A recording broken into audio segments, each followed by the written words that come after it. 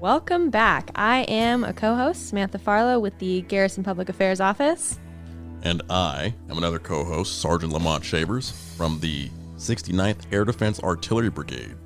And I am another co-host, Corporal Brianna with the 1st Cavalry Division Band. And this is Fort Hood's Great Big Podcast.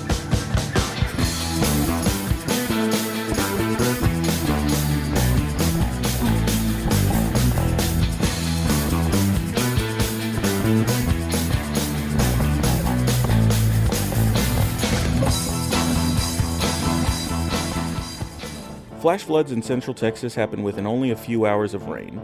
Every year, more than 80% of flood fatalities involve vehicles, and about 10 people drown in their vehicles each year in Texas. Vehicles of every size can lose control, float, and roll over in flood conditions. Is taking the risk worth it? Is it worth the risk of leaving loved ones behind? Overconfidence kills. Don't drive through floodwater. It's not worth it.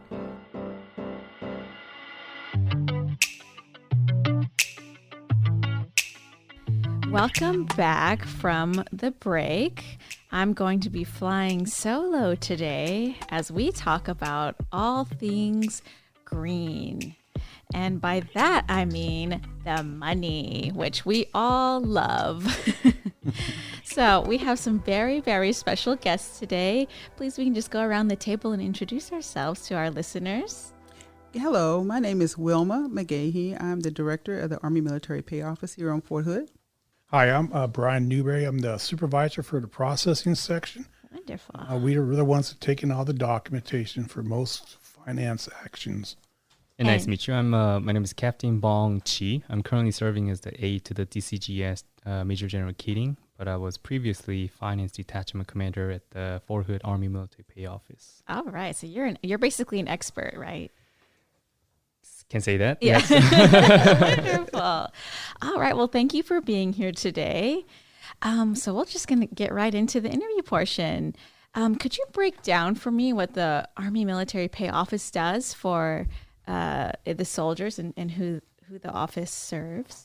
Yes, our primary role is to take care of the soldiers here on Fort Hood. We also service the reserve pay component when they come through and they mobilize and demobilize. We offer limited services to retirees, such as My Pay Pen resets. But primarily our role is to take care of soldiers and make sure that they're pay ready and that they're able to deploy with no financial issues. Nice. Wonderful. So can you tell me about some of the business practices in the office? We provide routine pay changes submitted by the S1 personnel, and for stopping meal deductions, starting meal deductions, starting and stopping BH, allotments that cannot be done through My Pay. That's what we normally handle. Okay. And for those of our listeners that are not well versed on Army acronyms or slang, can you explain what an S1 office is? An S1 office is they used to be called PACs at one time. They're the ones that does all the administrative wards, finance for soldiers within a unit. Okay. And the BAH, can you explain that too? That's your basic allowance for housing. It's an entitlement for a housing allowance. Okay, wonderful. Thank you. All right. And what kind of help do you guys provide? I know you mentioned serving the soldiers and assisting with the pay. Can you go into a little more detail about that? Yes, on a daily basis, we see soldiers with various pay complaints that the S1s cannot assist them with. So when they come in, they may get their LES, which is their leave and earnings statement, and they'll see a debt on their LES, and they're like, "Oh my God, why do I owe the Army money?" Yeah. So that's what we do is we help to help them to understand what may have caused the debt, or how we can repay the debt, or maybe the debt's not even valid. But we help them with those types of issues. If a soldier's newly married, they're looking for the BAH, which is the basic allowance for housing. We help them with that. If they're missing an entitlement, they're missing their BAS, which is for meals, basic allowances of assistance. Mm-hmm. If they're missing, we've had some of them they're missing their TSP, which is their thrift savings plan. There's different things that go on with your pay. And if the S1 PAC cannot help them, and PAC is your Personnel Action Center, then that's when they come to finance, and we do our best to help resolve the pay issues. So what kind of, I know you mentioned bringing in some documents. What are general things that soldiers should bring to your office? Well, the first thing we require is that they go through their pack and get what they call DA Form 2142, which is a pay inquiry. This is where they list their name, their information, and they put down what the reason for their inquiry is. And they get signed by the pack or the commander, and they come to us, and then we can try to look into it, find out what the problem is, and come up with a solution for it. Yeah, and then I know Miss McGahee and then Miss Newberry will go more in detail. So when we talk about the PAC, it's a Personal Action Center clerk. So we usually call the PAC clerk because they work in the S1 office. So usually typical units, S1, they typically deal with all the personal actions, such as leave forms, processing awards, all type of administrative actions. And as a S1 clerk or PAC clerk, they're also part of responsible for finance pay actions. So when the soldier has any soldier, regardless of their rank, from private to all the way to the colonel, they usually bring the pay inquiry form. They fill it out, explain, hey, this is my pay issue. And then those are the S1 clerk usually bring it to the us finance office to process. And that's when all those pay actions happen to be processed at the finance office. And then most of the time it will be resolved at the finance office, or either answering the simple questions for those pay inquiries, such as, I just recently arrived to Fort Hood. How do I process my basic allowance for housing? And then the finance office will recommend it to our S1 clerks. Hey, bring this documents for supporting document, and it will process those for your BAH.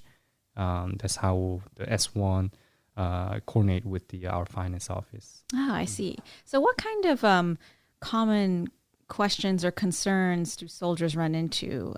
What are some of the more common reasons they come by your office? Primarily, we will say basic allowance for housing. That's one of the biggest issues and concerns here on Fort Hood. Whether the soldier's newly married, the soldier has what they call a certificate of unavailability, and they're being allowed to reside off post instead of residing in the barracks. My BAS is missing. That's a basic allowance for subsistence. So if you are a soldier that you're now authorized to have what they call full BAS or full meals, and that means you do not have an offset for meal deductions. So they're looking for the documents, or they're looking to find out why they're not receiving their full allowances. We have soldiers that, again, like we talked earlier about debts, and most of the time soldiers have debts is because they PCS in from a high cost living area. Say, for example, from Hawaii to Fort Hood, it's a significant pay difference. They will come in to say, I have a debt on my LAS. What is this advanced debt? And it's just terminology that finances uses to let the soldier know, hey, there's a pay adjustment here. And they come in for clarification. We have new soldiers that come in. They're looking for their enlistment bonus. They're looking for the payments. They want to know, where do I get my money from? That's primarily the things that we see on a daily basis. Is there anything else you can think of, Mr. Newberry? With this blended retirement, we get a few questions here and there about that because of the matching 4% that is provided now. And then what else we have? That was TSP. A lot of times years of service. We get a lot of soldiers that are Prior service. Oh, yeah. And when they come back on, we always get put back on with 0 years of service, so they have to come back in with the DA Form 1506 to correct their years of service for pay. And those are pretty much our primary. And the DA Form 1506 is just a statement of service, and the soldiers can get assistance from their career counselor with that.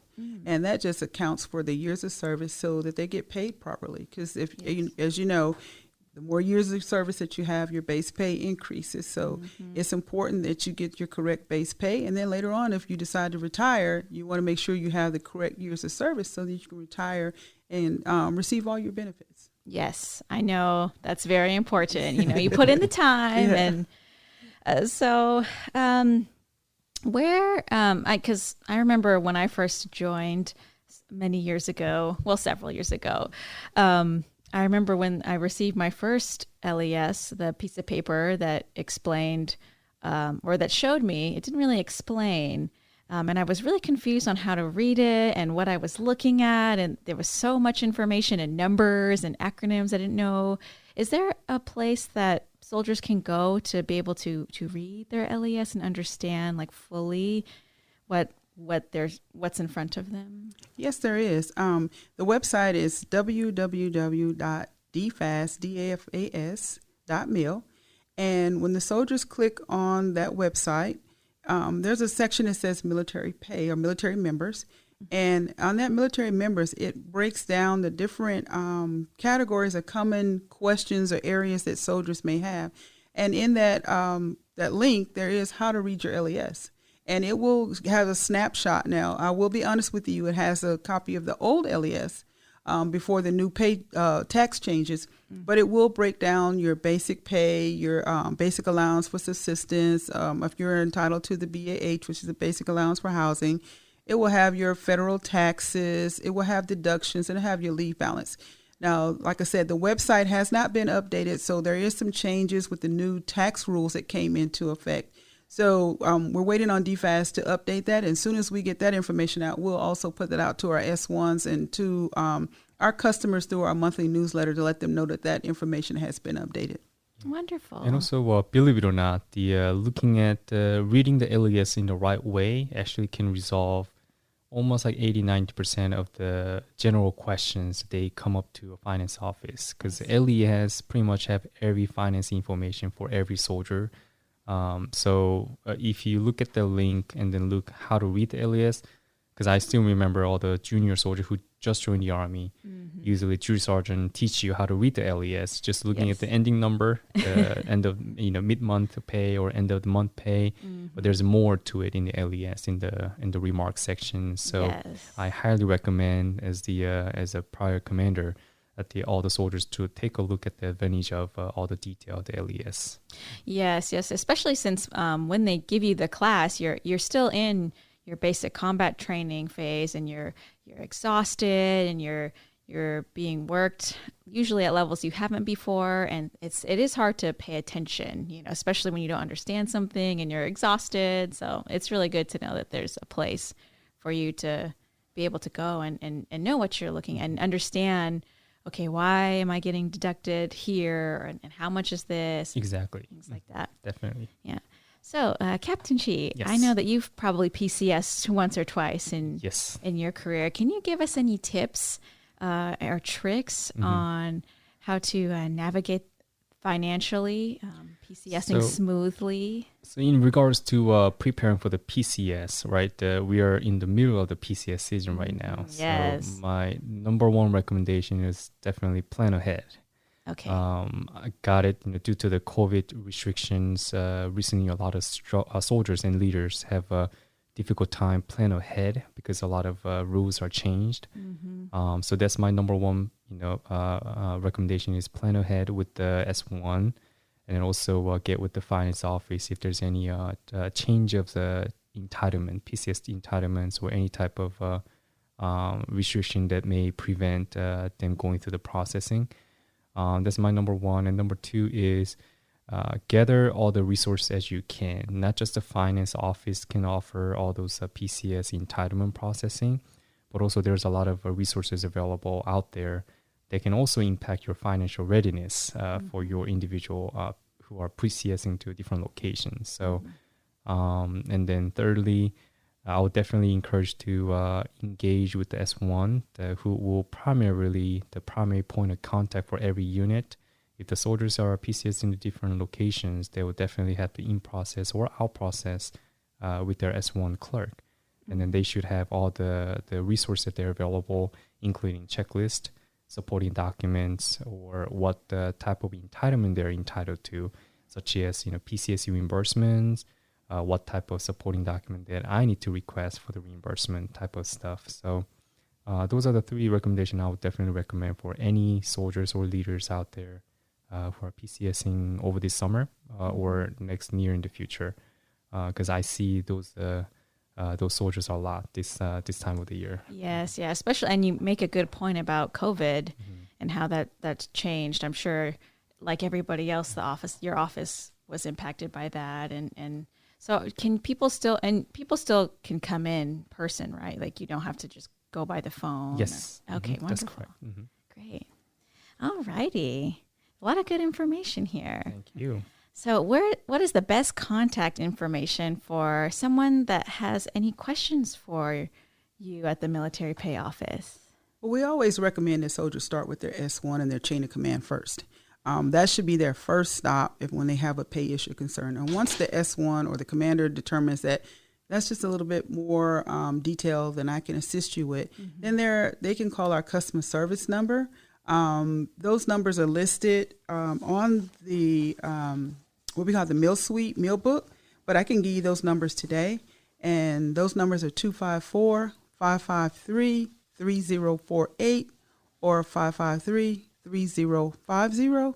And you can call our customer service number and they can provide you information. Great. And can you repeat that one more time for our listeners? Yes, that number is 254-553-3050 or 3048. That's our customer service numbers. Great. Thank you so much. So are there any final thoughts you would like to share or anything that you want to just elaborate on a little bit that's you feel is important in regards to military pay? Yeah, since you did mention earlier about being in the middle of the PCS season, I would also like to offer an additional resource. It's a hidden resource here on Fort Hood, which is your Army ACS, which is the Army Financial Services here on Fort Hood. And they have a wealth of information for us, trip planning, helping soldiers with their insurance, relocating, figuring out costs, budgets, those types of things. So I would recommend that the soldiers do not know where ACS is at, which is Army Community Services. They reach out to their unit command financial specialist and ask for assistance on helping to plan a budget. And one final tip that I would have is if you're using your government travel card, which is mandated for most soldiers, please make sure that you're using your government travel card for official expenses, which is your lodging, your gas, and your meals. Do not use it for trips or extra expenses because you do have to pay it back. And you don't want that surprise when you're in process to your next duty station and now you have a big bill that you can't afford to pay back. So just little tips that we've seen over the years is that using your government travel card wisely, and if you're not sure, speak to a financial specialist so that you can get some additional guidance. And also, we, as a Fort Hood, we also have a Fort Hood webpage. So I'm tracking soon in the near future, our Fort Hood webpage. All the soldiers and family members can access to that Fort Hood webpage to look for those business hours, such as or email informations or any point of contact that they can contact with, so they know that the information is out there. In addition to that, I know that we spoke about a lot of S1s, pack clerk. We're not here to, of course, point the fingers at it. There's also another resource is called PAC certification course is going on at the finance office. So what that course is a one-day course, is a half-day course actually, that the finance soldiers at the finance office and offer certification course for those S1s or other human resource technicians out there in the units to know how to do a process finance paperwork and get familiar with how finance office operates, so they know what to ask. They know how to help the soldiers and family members out there. So I just definitely encourage to all the S1s out there, or all the units, all the leaders, if they like to know, how to do the PAC certification course, they can always reach a finance office to schedule it. That's great. And where is the office located? The office is located at the Shoemaker Center, the building number 36,000. So it's very easy to find. You just Google it, Shoemaker Center. And then the finance office is located at the 4th floor. Okay. That's the same building where the ACS is also located at, the Army Community Service Center. Oh, one-stop shop. Exactly, one-stop shop. So that ACS also offers the personal finance class too. So if the unit, any commanders, leaders, even the individual soldier wants to know how to budget their own personal finances, they can always go to the ACS to make a class or make an appointment with them. So lastly, I just want to make a distinction is that sometimes a lot of individual soldiers come to the finance office and ask, how do I budget my personal finance? We as a finance office is an Army military pay office. So we deal with a lot of military pay issues. So all those personal military all the personal finances, we usually recommend to go to the ACS so they can actually get the professional recommendation as well from their end. Well, thank you once again for coming. We really appreciate you stopping by and educating the soldiers and everybody about what your office does. Okay. Thank you. Thank you so much. All right. Hey, it's Melissa here from Fort Hood Shelter and Adoptions. Now is a great time to stop by and see what furry friends they have waiting for their forever home. Or, down boy, you can follow their Facebook page called Fort Hood Shelter and Adoptions. The great thing about pets that come from Fort Hood Shelter and Adoptions is, all right now, be good, they're practically free. Well, sometimes they're free. They just need a good mommy or daddy. So stop by Fort Hood Shelter and Adoptions, check the Facebook page of Fort Hood Shelter and Adoptions, or even call Fort Hood Shelter and Adoptions at 254-287-4675 to make someone very, very happy.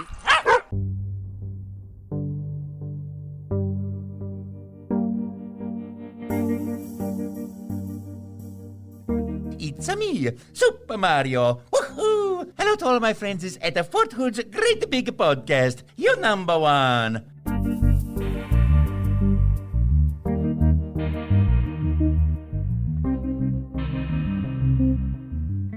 Hello. Wow, Brianna, that was such a great interview. I'm so proud of you for flying solo, doing it all on your own. Thank you. Spreading my wings. Yeah. Flying. She's thriving. growing up. She said, I don't need nobody else. All I need is Right. me. Okay. I'm a strong, independent co-host who don't need Yeah, no you other co-hosts. No, I love you guys. I couldn't imagine doing this without you. Sure. Let me just leave now. Yeah, you are the We wings can all exit beneath now. my wings That's as I right. stomp on you and Hey, she got trample that- you. We lift you up. She got the lateral promotion to corporal, and now That's- she's like, that's I don't a- need anyone else. She's got a big head now over I've here. changed. I've changed. The promotion you know. changed you. Yes, exactly. Wow. Yeah. Well, I do love talking about money. Did Did you learn a lot? I did. I have had my own struggle with pay, so I already Yes. knew a lot of the information, but it's good to get a recap. Yeah, especially for people who might not know, like me. Yes, exactly. Since I'm not a soldier. Yeah, I think for me, the best, if I could give a life advice tip, Ooh, would be to life just, hack. just not live above your means. Yeah, You that's know, good. Because I find that a lot of people my age, they don't think about what they're spending money on. No. It's all very immediate and fast. And Yeah. they don't take the time to sit back and really look at how much are you spending on going out? Yeah. How much you're spending on your car payments, and if you're Getting deliveries to your house. Yes, yes, All the time. and that stuff didn't even exist when I first joined. Yeah. Like, calling someone to deliver your own food for you, I that know. was That's so fancy. unheard of. Back in my day. Yeah, I know. Oh my goodness, I'm really taking this Yeah, old wow. co-host thing. I was the youngest, and I'm like, oh, you guys. have Is it that a so gray hair? different. Ooh. Should we get you a walker? I have or- so many gray hairs. You guys, somebody save me. I'm gonna be like Dave in like 2 more weeks. I know, it's crazy. I'm taking on the elderly wise role here. Yeah, somebody's got to do it, I Offering guess. sage advice. Yeah. Yes, I am. So y'all better listen to me. Oh, okay. Yes, ma'am. Oh man, I missed you guys. Oh, boy. Yeah.